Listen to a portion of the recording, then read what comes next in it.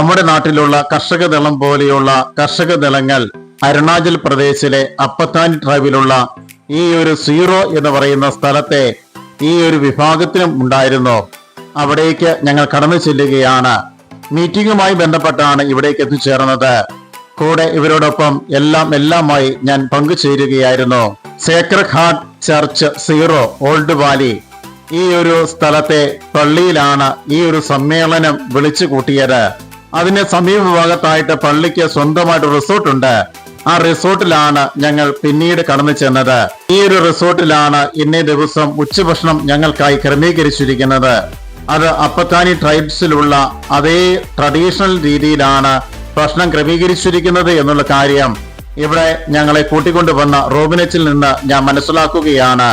അപ്പത്താനി tribes പെട്ട വീടുകൾക്കെല്ലാം ഇതേ രീതിയിലുള്ള മോഡലുകളാണ് കാണുവാൻ സാധിക്കുന്നത്. തണുപ്പ് നന്നായി ഉള്ള ഒരു സ്ഥലമായതുകൊണ്ട് ഈ ഒരു രീതിയിലുള്ള ഒരു കെട്ടിട സമുച്ചയമായിരിക്കും വീടിനുള്ളിൽ നമുക്ക് കാണുവാൻ സാധിക്കുന്നത്. ഒറ്റമുറിയുള്ള വീടുകൾ, ഒരു അടുക്കള മാത്രം സൈഡ് ഭാഗത്തായിട്ട് കാണുവാൻ സാധിക്കും. നടുഭാഗത്തായിട്ട് ഇവിടെ കുഴിയോടുകൂടിയ സ്ഥലം നമുക്ക് കാണുവാൻ സാധിക്കും. അവിടെയാണ് തീ കൂട്ടിയിട്ട് തണുപ്പ് കാലത്ത് തീ കാഞ്ഞുകൊണ്ട് ഇരിക്കുവാനുള്ള പ്രദേശം എന്ന് പറയുന്നത്. കൃത്യമായിട്ട് തിരിച്ച ഒരു പ്രദേശമാണ് നടുഭാഗത്തായിട്ട് ഇപ്രകാരം കാണുന്നത്. ഇവർ തീയില് ഏതെങ്കിലും ഭക്ഷണ സാധനങ്ങൾ വേവിക്കുന്നതും ഇവിടെ വെച്ചാണ്. ഞങ്ങൾക്കുള്ള ഭക്ഷണം എത്തിച്ചേർന്നു. പ്രാർത്ഥനയോടുകൂടിയാണ് ഞങ്ങൾ ആരംഭിച്ചത്. ഞങ്ങൾ ഓർഡർ നൽകിയതനുസരിച്ചാണ് ഈ ഒരു ഭക്ഷണ സാധനം, അതും അപ്പത്താനി ട്രൈബൽസിലുള്ള അതേ ട്രഡീഷണൽ രീതിയിലുള്ള ഭക്ഷണ സാധനമാണ് ഞങ്ങൾക്കായി ഉച്ചഭക്ഷണമായിട്ട് അവർ വിളമ്പിയത്. ചാവൽ അല്ലെങ്കിൽ ചോറ് ആണ് പ്രധാന വിഭവം.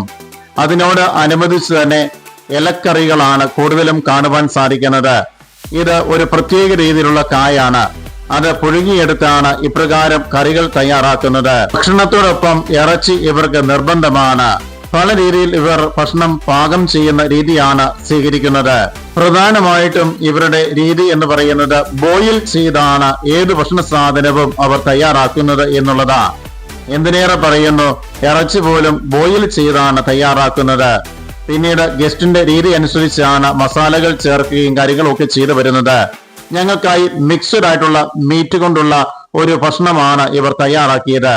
ഇതിൽ എല്ലാ വിഭാഗവും തന്നെ ഉണ്ടായിരുന്നു.